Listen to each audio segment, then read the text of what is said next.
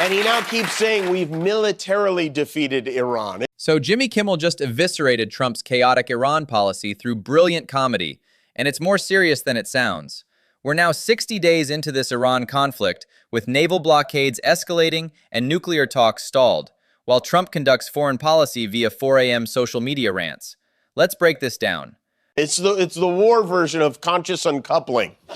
We are now on day 60 of this war. That conscious uncoupling line is perfect. It captures exactly how Trump tries to spin military failures as victories. We've got Iranian ships still harassing commercial vessels in the Strait of Hormuz, while the administration pretends we've somehow won this thing.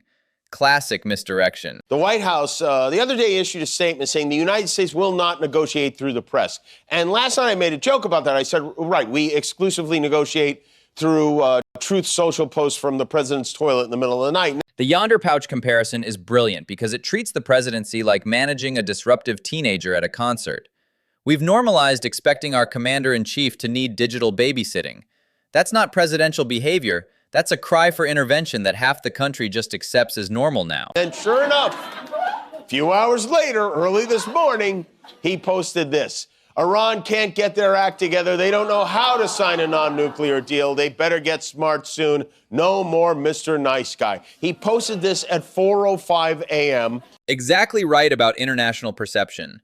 When foreign ministers brief their leaders, they're literally discussing America's president like an unstable relative. Iran's leadership sees these manic episodes and calculates accordingly. Erratic behavior isn't intimidating. It's strategically exploitable weakness disguised as strength. Because,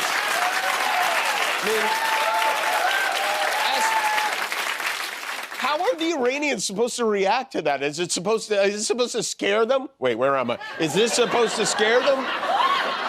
Best case scenario, they go, you know what? The old man's lost his marbles.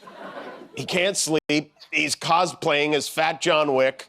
The cosplay warrior imagery is dead on. Real military strategy requires careful calculation, alliance building, economic pressure. Social media theatrics with fake tough guy photos actually undermine serious diplomatic efforts. Iran's Revolutionary Guard isn't scrolling Instagram looking for motivation. They're planning around American unpredictability. After 2 months of being bombed, they're going to open their laptops, they're going to look and they're going to go, oh, Mushtaba, get in here. This time he means business. He looks like Rambo and Dumbo at the same time. This restraint joke hits hard because it shows the pattern. Any criticism gets met with implicit threats. The DOJ is now prosecuting comedians over seashell arrangements, while this administration posts gun photos after roast dinners. That's not coincidence. It's systematic intimidation of free speech. What happened at the correspondents' dinner on Saturday was very scary, and he waited 3 whole days before posting a picture of himself holding an assault rifle, showing a lot of restraint. 10 years for arranging seashells. Think about that resource allocation. While real crimes go unprosecuted, federal agents are building cases around beach photography. This isn't law enforcement. It's political theater designed to chill speech.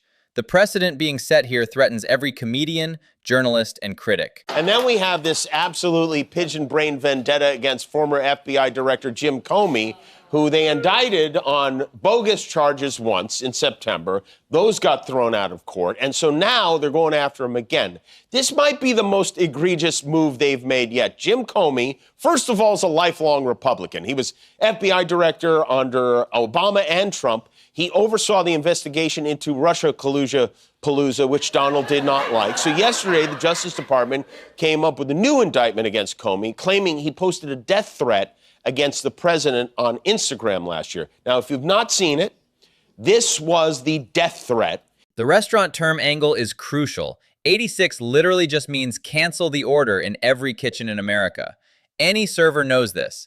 The fact that prosecutors are twisting common slang into death threats shows how desperately they're reaching to criminalize ordinary speech. And the rumor is that part of the reason Pam Bondi got the axe is because even she didn't think this was worth pursuing. But acting Attorney General Todd Blanche is very eager to get the job permanently. And so now he has to go out there and defend this with a straight face. Bondi's resistance tells you everything. When even Trump's handpicked AG thinks a case is bogus, but her replacement pursues it for career advancement, you're watching prosecutorial independence die in real time. This is how authoritarian legal systems operate. Loyalty over law. If anybody knows anything about crime, They know 86. You know what 86? It's a mob term for kill 'em. You know? You ever see the movies? 86 'em. The mobster says to one of his wonderful associates, 86 'em. That means kill 'em. It's. I think of it as a mob term. I don't know, people think of it as something having to do with disappearing, but the mob uses that term to say when they want to kill somebody, they say, 86, the son of a gun.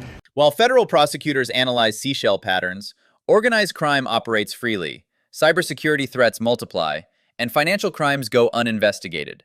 This misallocation of DOJ resources isn't just absurd, it's a genuine threat to public safety. Priorities have completely inverted. I think we all remember that famous quote from The Godfather when Don Corleone said, 86, the son of a gun, and do it with seashells. That question perfectly captures the historical absurdity. No attorney general in American history has had to seriously argue that beach debris constitutes criminal threats. We've crossed into completely uncharted territory of legal weaponization that would be comedy if it weren't so dangerous. And if he loses, he might go to prison because Donald Trump watched Goodfellas on TBS this weekend. When is enough already? Even Republicans are starting to speak out about these vendettas coming after talk shows, Instagram posts. Real criminal organizations use encrypted apps, code words, dead drops, not Instagram posts with seashells spelling out restaurant slang. If federal prosecutors think this constitutes criminal communication, they fundamentally misunderstand how actual threats work. It's embarrassingly amateur legal reasoning. This is not the behavior of a well man, but the good news is help is a Trump RX prescription away. The arbitrary prosecution point is vital. When someone's freedom depends on how the president interpreted a movie he watched, you don't have rule of law, you have rule of whim. This is exactly how democratic institutions collapse, one politically motivated case at a time.